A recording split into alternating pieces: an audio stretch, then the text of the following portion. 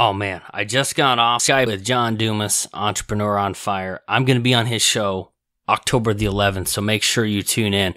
I also walked around before for about an hour before I hopped on Skype. I walked around with my camera and microphone, and I was just kind of documenting the process because I feel exhausted. I feel like, you guys know, I'm an introvert. I almost said introvert, like entrepreneur, but that could be something. That word.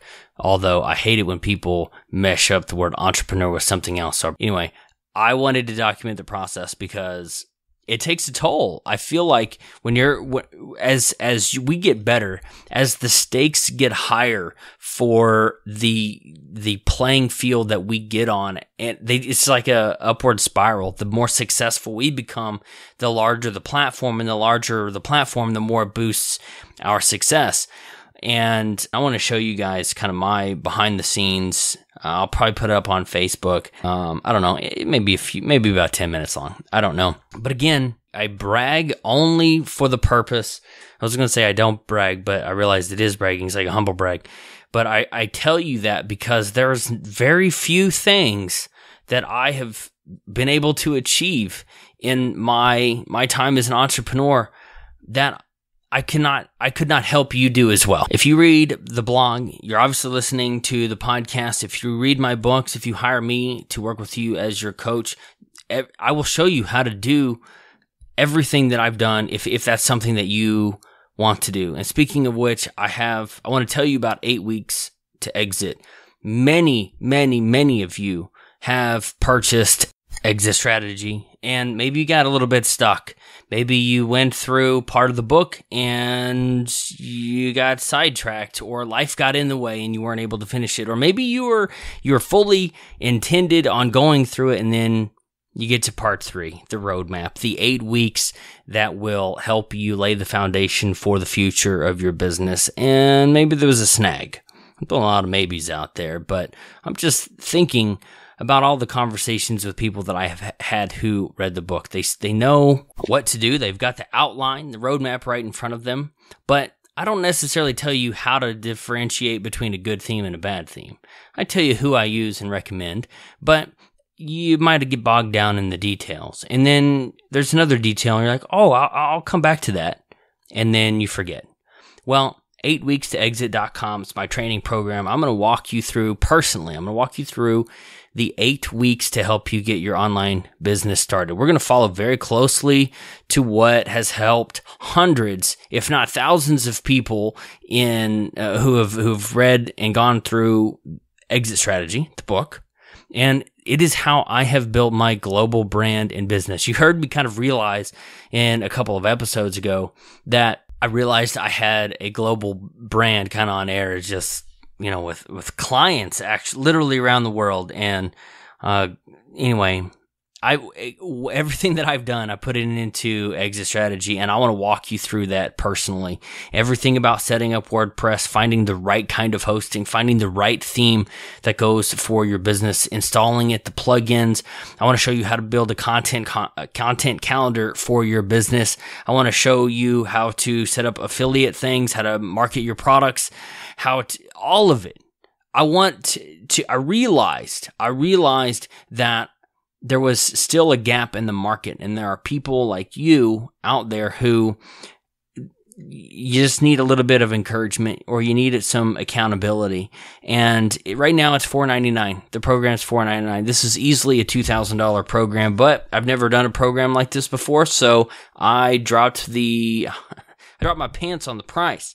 And I knocked like 75% off of it, basically $1,500 off of the price of this. I know it's worth the rest of it because I've spent money more than that learning what I would like to teach. And I know the material is solid because every single week I talk to my clients and walk them through it. And more details, we're going to get on with the episode, but more details at 8weekstoexit.com. So why you should treat your online business more like a retail shop. 7 reasons your online business is not necessarily all that different from a business that you or I might walk into. That's what we're going to talk about today. We're going to cue that intro music, and I'll be right back. I'm not one of those entrepreneurs who gave up their six-figure salary and fancy office to start a business, and I wasn't selling lemonade to my neighbors when I was 7. I wasn't born an entrepreneur, and I never laid awake at night dreaming of owning my own business. My name is Ellery Wells, and I was forced to make a decision. Welcome to the Ellery Wells Show, where we talk with real entrepreneurs about real problems that they're facing and real solutions on how they are overcoming obstacles, achieving their goals, and making a difference in the world. If you're an entrepreneur or an aspiring entrepreneur, this is the place to be to help you start, build, or grow your business.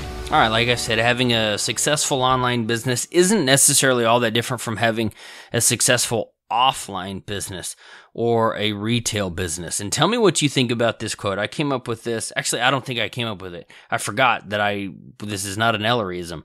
I saw this somewhere else and I adapted it to my own purpose. But here, let me know if you agree with this. Buyers are buyers, whether they're in your store or on your website. Is that true? I'm gonna go on the presumption that it is true, because when we look at some of the basic principles that work for both online businesses and offline businesses, they're not all that separate. They're not completely different, and where one would not apply to the other. But we're going to look at today. We're going to look at how you can implement some of those into your business. If you've followed me for a while, if you've listened to the show, you read my blog, or heck, if you listened to Exit Strategy, you really know that when I got started online with blogging, podcasting,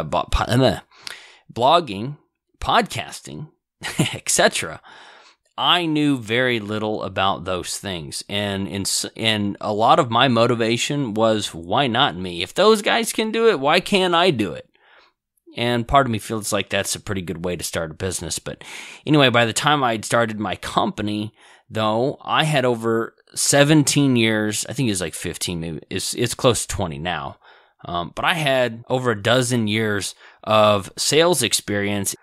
And though it took me a while to learn, I have come to realize that online business is not that different from offline businesses. However, most offline businesses don't think that they have anything in common with online businesses. A lot of them don't realize that they need an online component too. Actually, the businesses that don't realize this are probably struggling. They're probably very close to shutting their doors, but they don't realize that they absolutely need a website and an online component to their business. And the companies that are really successful are the ones that kind of blur the line between offline and online. Amazon's a good example. Best Buy is a pretty good example. Man, grocery stores around here lately are really crushing it. Walmart, order online and you just show up and you pick a time and somebody brings it out to your car. Ashley did that just a couple of days ago. And when you can merge the online and the offline, and we're going to talk about that more in detail, you could really set yourself up for success. But if you and I want to increase the sales from our online stores, our e-commerce businesses, we have to learn to treat our online businesses more like the retail shops and physical stores that are oddly enough going out of business. But they're not going out of businesses. The ones I think, again, are doing it poorly are going out of business when they realize, like, Best Buy was losing ground to Amazon, but when they started price matching anything that was actually officially sold by Amazon, it made more sense to go into a Best Buy store. But the ones that treat online and offline separately, they fail. When they blur that line and treat them well, or treat your customers well, no matter if they're in your store or on your website, they're the ones that are really successful. I mean, let's be honest, because whether we are in Dillard's, I have not been in a Dillard's in a long time, or we are price matching on Amazon.com, we as buyers, we're still looking for the same things. And we're going to talk about those right now. So the first one that we want to talk about is no business can survive without foot traffic. And while retail shops, that means literally foot traffic. For your online store, that means eyeball traffic. I've talked about in the past how I increased the traffic to my website. And the things that I did and that I've talked about on past podcast episodes I wouldn't have a business if my traffic stayed at 100 visitors a month. I mean, let's say I sold each one of those people $1,000 product. Let's say I make $100,000. Well, that's great. That'd be fantastic. But then what happens the next month? Nothing. And the month after that, nothing. And the month after that, and the year after that, nothing. You've got to keep growing. You've got to keep bringing people in, that foot traffic, right? The number one problem small businesses face is being unknown. Whether you're online or offline, your customers, A, have to know that you exist, and B, they have to show up. They have to walk in. They have to give you that traffic. And they have to know you exist before they can show up. Don't forget that. Stores, physical ones, retail shops spend a lot of money enticing people to walk through their door. They advertise on TV, radio, and with printed flyers. Luckily for us, we can do better and target people via email, and businesses live and die by traffic. And again, we're talking about how your offline business, or other way around, how your online business is like a retail shop. If nobody walked into the store, business would close its doors. If nobody visits your website and you're an online business, you're going to close your doors too. The second reason why we are the same is the ability to browse, sample, and test products. Sometimes, I mentioned Best Buy before. I shop on Amazon too. I price match on Amazon. But I don't buy things that I need to see in person until I've seen them in person. Like our friend Miriam, she bought a couch without ever sitting on it. She just ordered it online, and it's uncomfortable. We made fun of her for quite a long time.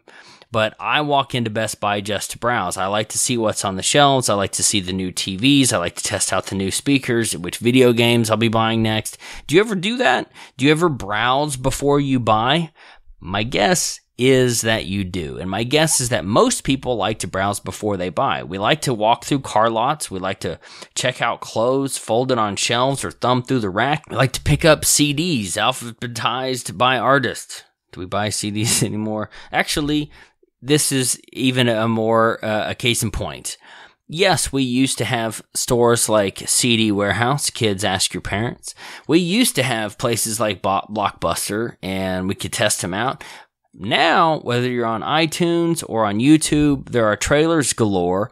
And even when we're talking about music, there's usually on Amazon sometimes like a 90-second trailer or whatever you can download of the show or stream just a teaser of it to see if that's it's not. Think about it this way too. It's as the creator of that content. Do you want people just listening to the sample, just eating samples all day? Well, no, not necessarily. But when it comes to music, and there are millions, billions of songs out there, do you want them to buy your product just on a whim? Maybe. But you also want to let people know that this is your song. Not the other one with a similar name, or not the one that they couldn't quite remember the name to or the tune to, and so they were just picking and choosing, trying to find the right one. By providing a sample and the ability to test your products, you let them make sure that they completely understand what they're buying. It probably reduces return rates as well. I know you can't return an MP3 to the iTunes store or the Amazon store or Google Play or whatever, but you don't have to, you let people avoid buyer's remorse. And sometimes we can go for a test drive. We'd like to try on shirts, and we listen to clips to see if we like the way it handles, being the car, the way it fits, being the clothes, and, if we can move to the beat. Oh yeah. That was really dumb. I'm not much of a dancer, but the point to all that is we like to browse. And more practically, we like to know what we're buying before we buy it. And your online store should allow people to browse. And if you want to check out my store, it's at ElleryWells.com, probably /store. Something like that. There's a link I know in the menu up at the top. But just like your foot traffic wants to browse, they also want to read samples, listen to audio clips, and know exactly what they're going to get when they complete their purchase. When buying electronics, A trend you'll often find is a listing of what you will find in the box. You'll find the remote, 2 AA batteries, and blah, blah, blah. You'll see the item, the cord, the manual, and anything else that comes in the box. We don't want there to be any sort of mystery.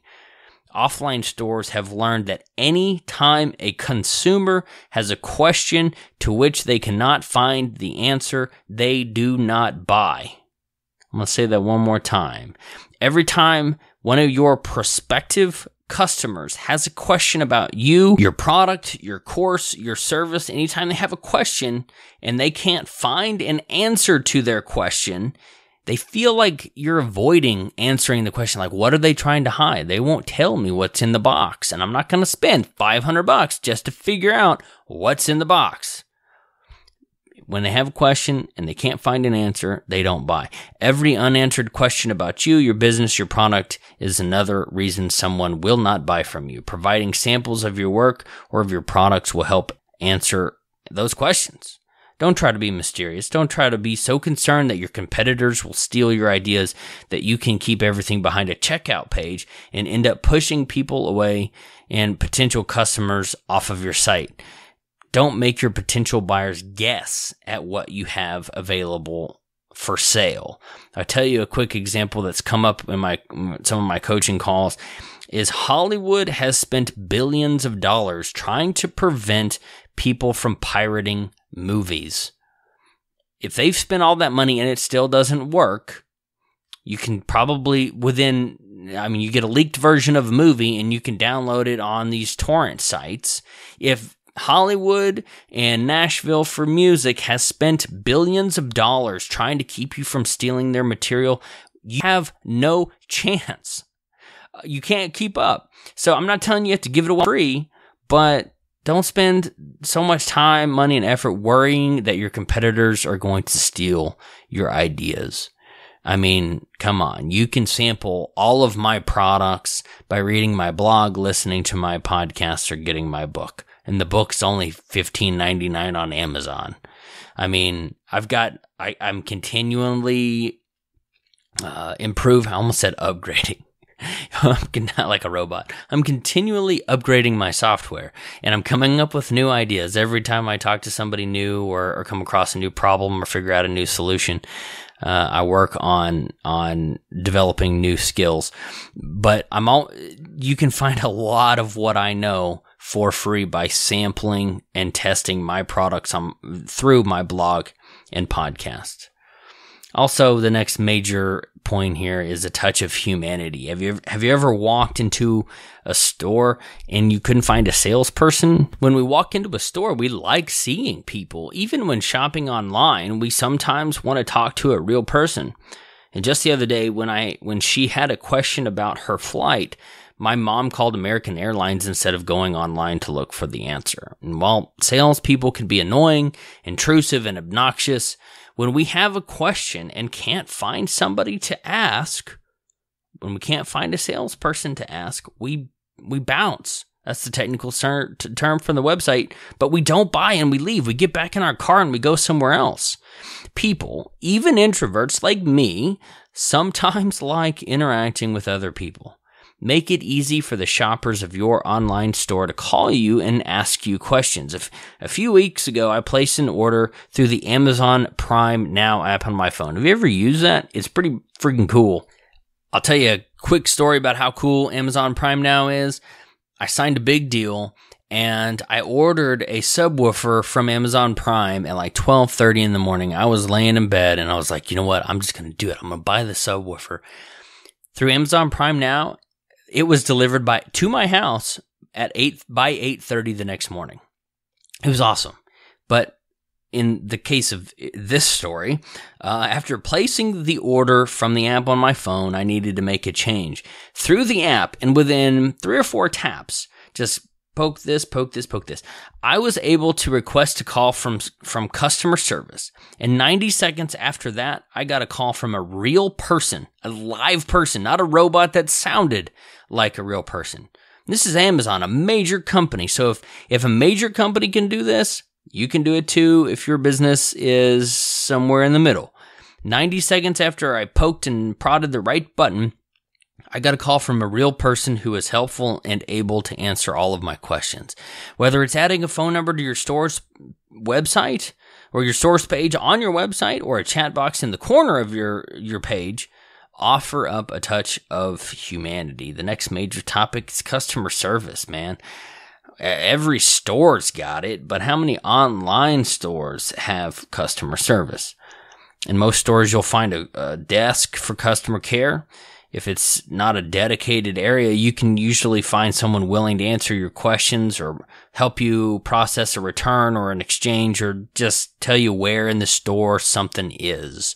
I'm always amazed when I go into like a Lowe's or a Home Depot, which admittedly is not all that often, but I'm not much of a handyman. But I asked somebody, like, partly to save time, and they're always like, oh, it's on aisle 14 on the left side towards the front. I'm like, how do you keep track of all this stuff?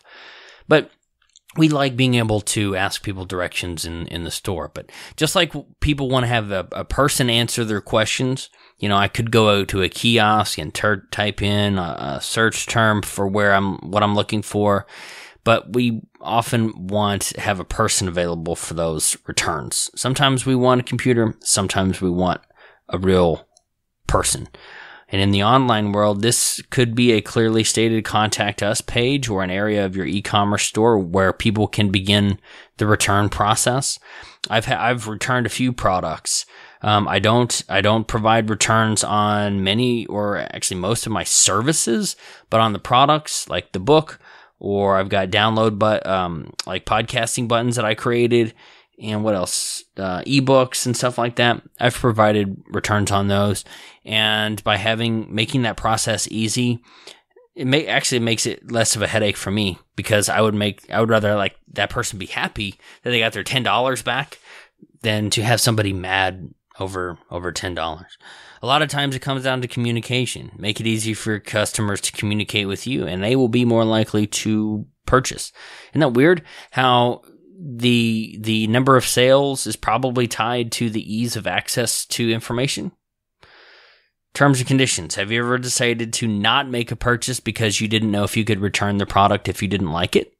Or if you didn't know if it was going to be right fit, so you just don't buy in the first place? I know I have. There have been many times I've been browsing for software online and decided to look at a different piece of software because the one I was initially interested in didn't have a clearly defined return policy. And most of my products, as I mentioned before, most of my products have a 30-day money-back guarantee.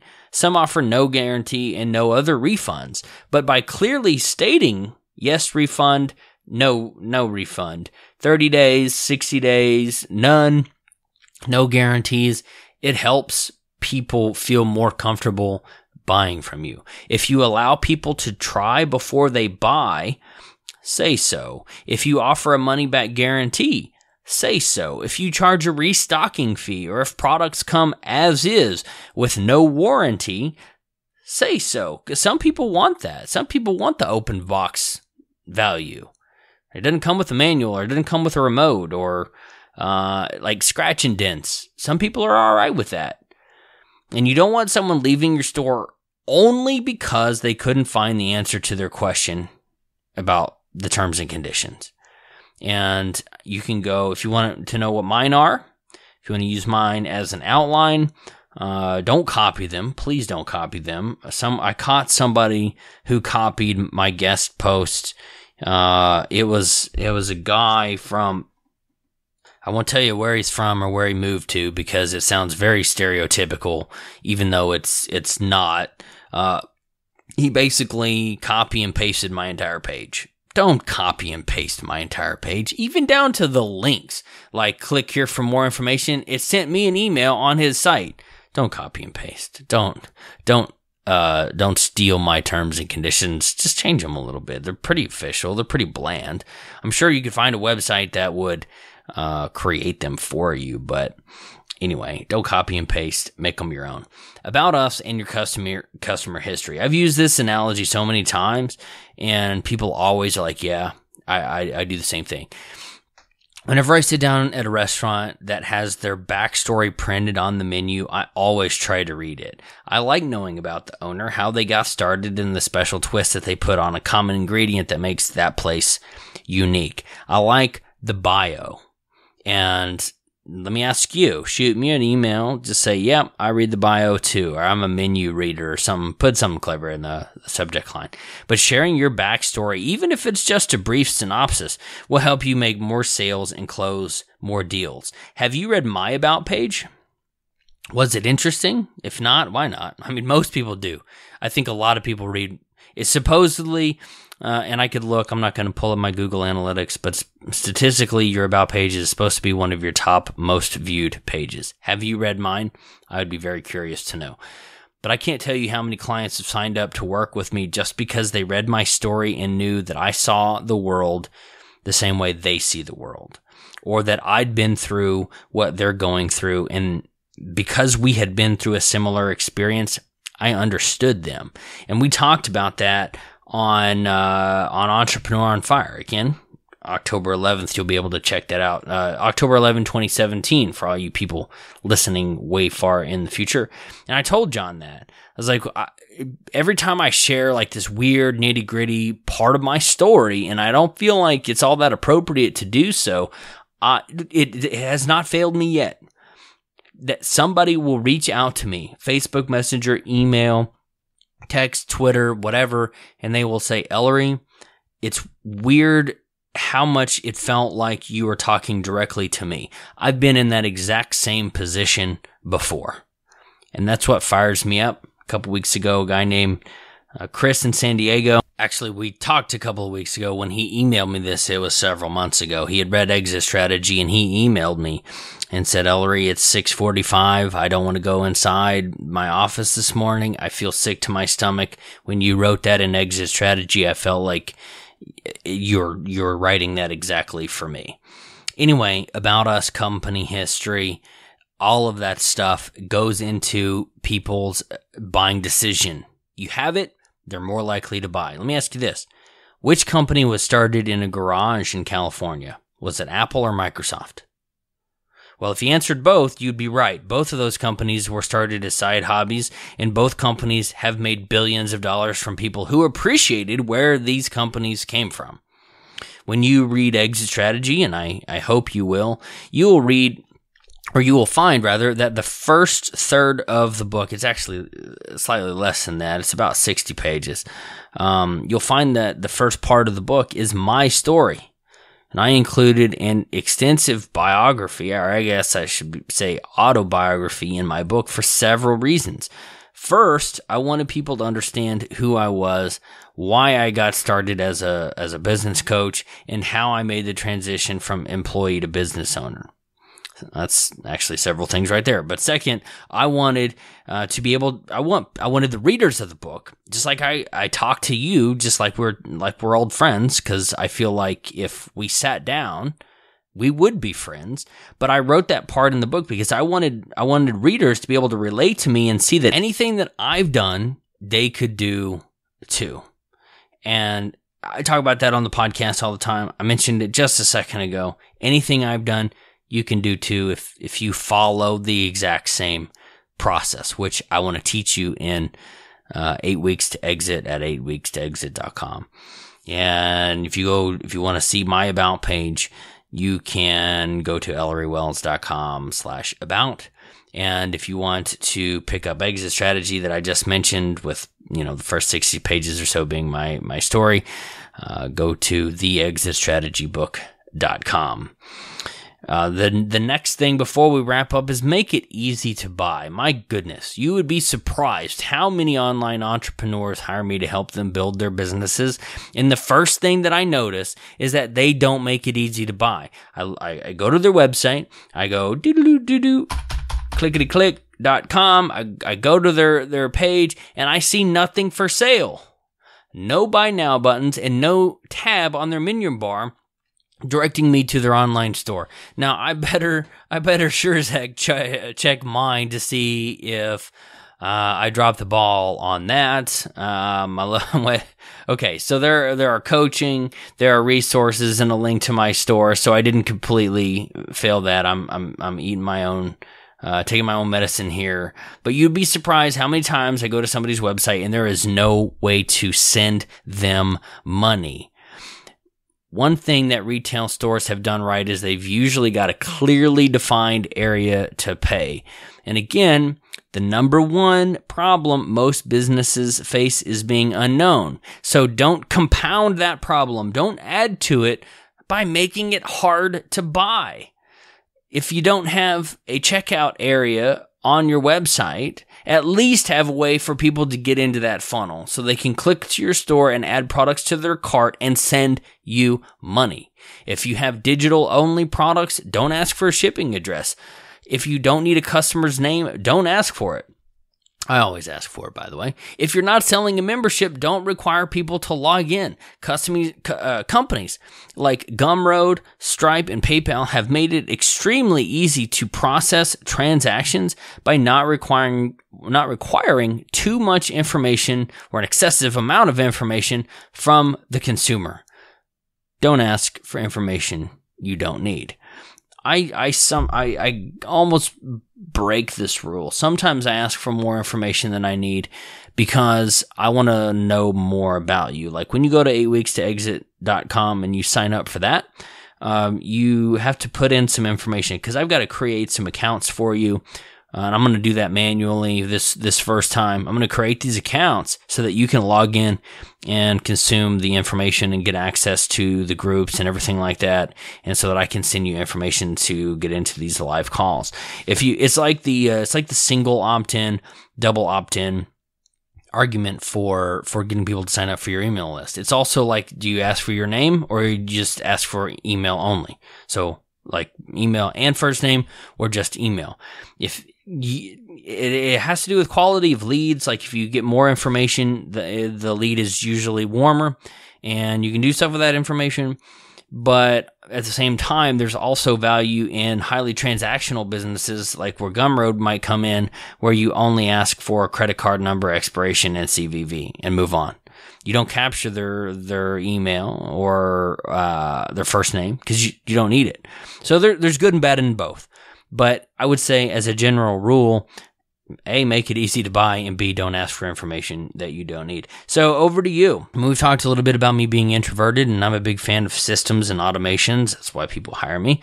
But I also learned that people want to work with people, like people want to work with people, period. And it is possible to overutilize systems and automations. I've done that. Although the amount of money spent on e-commerce grows every year, there are still things we can all learn from the offline world and from the offline way of doing things, which the reason why those tie together when you're online, I think streamlined automation, no personal touch, or like I don't have to deal with somebody, but that's not always the best way to do it. If there's one thing you take away from this podcast, and I hope you took away several things, took notes and whatever, but it's this. Uncertainty leads to fewer sales. Every unanswered question is one more reason a consumer would go somewhere else. I'm going to say that one more time. Uncertainty leads to fewer sales. Every unanswered question is one more reason a consumer would go somewhere else. So here's my final question. What e-commerce company has an amazing buying experience? I mentioned Amazon a few minutes ago. I've talked about Best Buy. How could I improve what I'm doing here on ElleryWells.com? How could I get better? So what e-commerce company has an amazing buying experience and how could I improve? Go over to 8weekstoexit.com. Check that out too. That's how I do e-commerce. I want you to enroll in that course because you've listened to podcasts and you've read blog posts for long enough. It is time for you to get started.